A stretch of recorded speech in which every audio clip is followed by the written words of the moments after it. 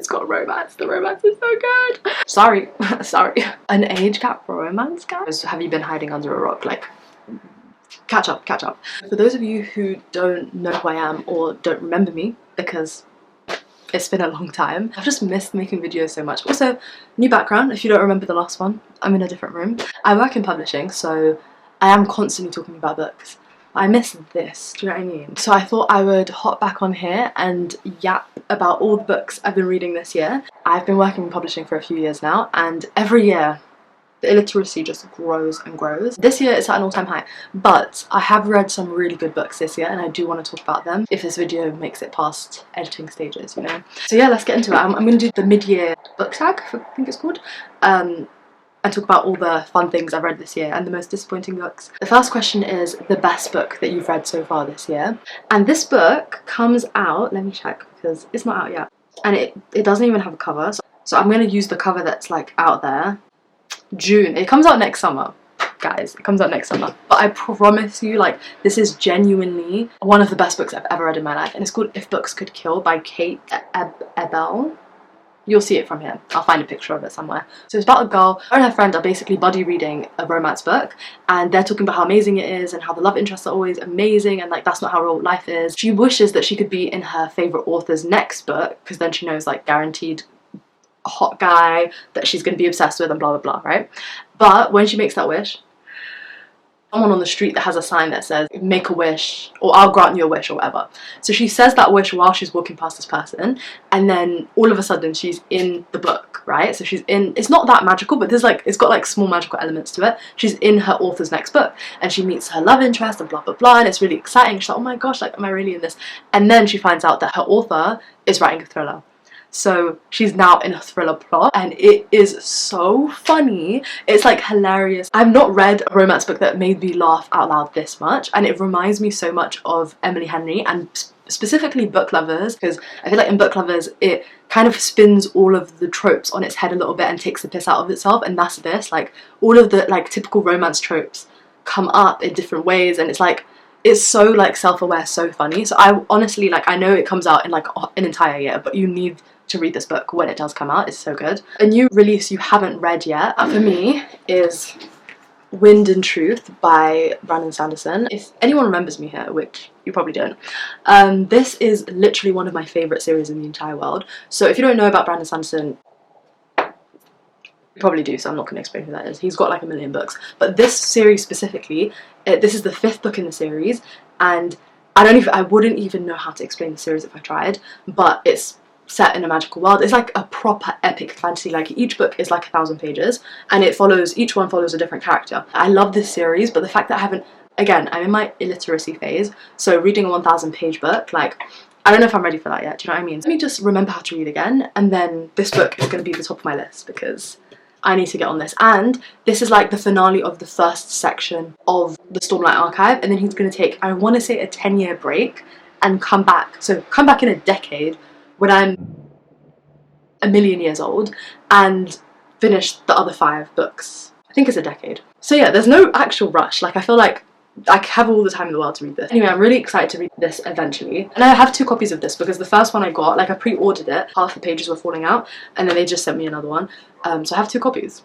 Does anyone want a book that's like falling apart? Let me know. Let me know. The next question is the best sequel that I've read this year. So I haven't actually like continued a series. Like I don't think I've read any series this year. So let me know if you have like a bingeable series, not too like complicated. Like I want something that's an easy read, but not too trashy as well. Like I don't want like, not Sarah J Maas, do you know what I mean? Like give me an in-between. Give me like a Hunger Games, you know? I want something that's like really fast-paced. So let me know if you guys have any recommendations. The next thing is my most anticipated release of this year, and that by far is Catabasis. I think that's how I pronounce it.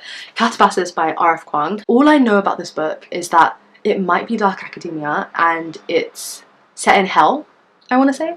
I don't know. I actually don't know anything about this book. But R.F. Kuang she's straight up an auto-buy author for me. I've read Poppy War. Have I finished the series? No. I've read Babel and I've read Yellowface. And I've loved all of them, even Yellowface, which I'm not really into that kind of genre, but I still really liked it. So I love anything she does, and I don't even care what it's about. Like, I'm just gonna read it. This is one I'm really excited about reading this year. Okay, so the next one is the biggest disappointment of this year. At first I was gonna say no, like I haven't read any, but then I forgot about DNFs because I haven't been keeping track of those. And I can't believe this. I cannot believe there's a DNF. But the book that I DNF'd this year was a great BBL. I forgot what it's called. Great Big Beautiful Life by Emily Henry. And if you guys remember, Emily Henry is literally like my favourite romance author of all time. My favourite romance book is Book Lovers. You and Me on Vacation is also one of my favourites. Don't get me wrong, like Emily Henry has written romances that I'm not into. I'm not into Beach Read. I wasn't that into Happy Place. It was alright. It just wasn't very good to me anyway. So, but this book I actually DNF'd. Like, it's the first Emily Henry DNF, and basically it's about this lady who was like a massive celebrity, and then she retires, but no one really knows where she disappeared to, and she's never like told her life story to anyone. So she finds these two people, two journalists. She's like, I'll give you guys a month. I'm going to tell you my story, and then whoever's the best at like telling my story, I guess, is going to be the one who can write a book about me, something like that, right? But then I don't know, I just wasn't into it. Like, the story itself wasn't gripping me, it wasn't interesting me. I didn't care about this old lady's life.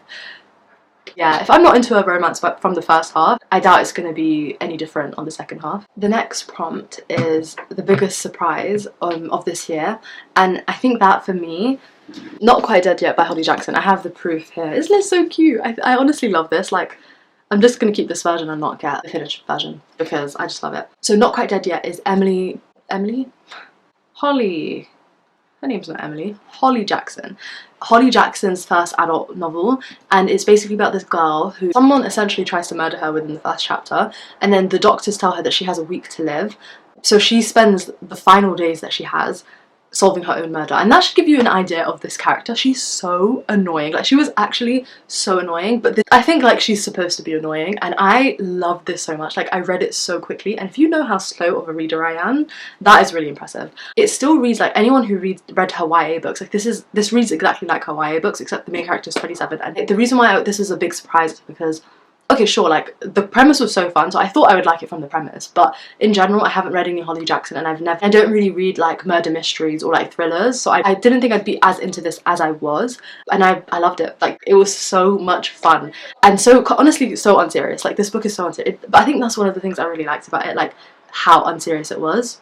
It was just really good, okay? I think you should read it. It's really good, and the ending was tea. So a new favourite author this year is the author of As Long as the Lemon Trees Grow, Zulfa Couture.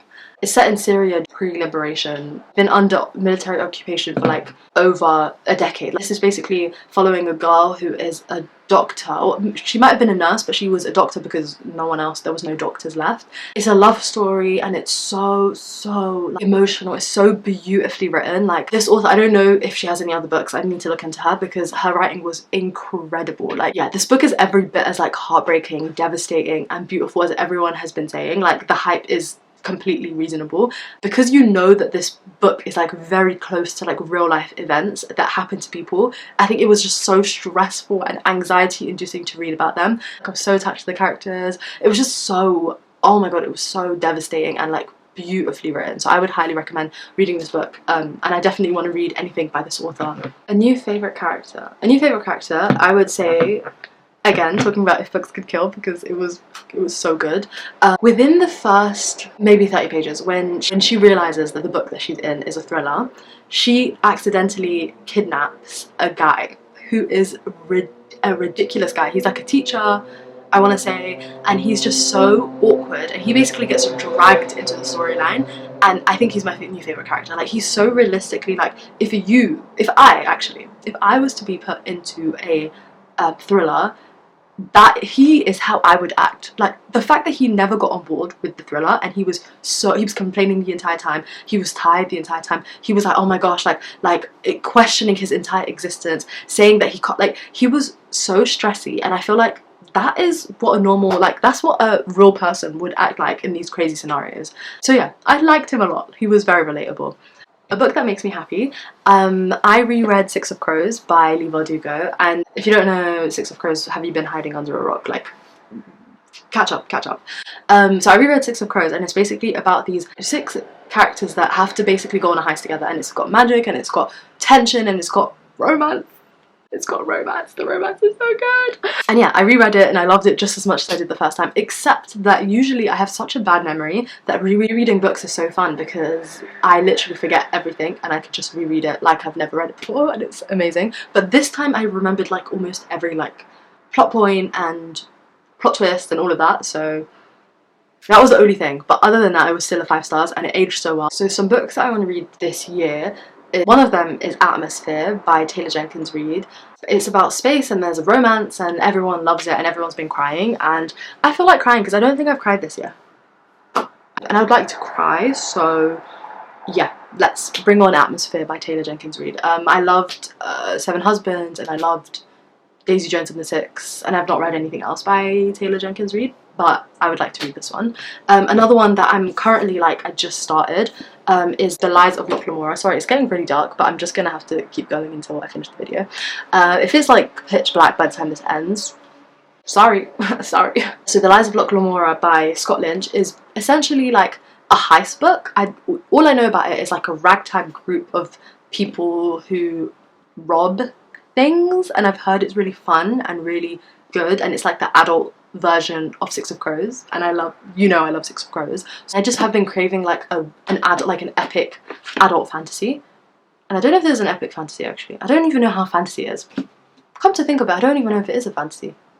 I think it is. I think it's a fantasy, and so far, like, I mean, I've barely read anything, but so far I'm really enjoying it, and it reminds me of the like unserious writing of Joe Abercrombie. So yeah, I'm really enjoying this. And then another one that I am reading is the new Ali Hazelwood, Problematic Summer Romance. I just started it and I haven't committed to it. It's like I'm early enough that I could drop out any time. I mean, obviously I have free will, I can drop out anytime, but an age gap romance, guys? An age gap romance? I don't know about that. I don't know about that, but they have a 15-year age gap. She's 23 and he's 38.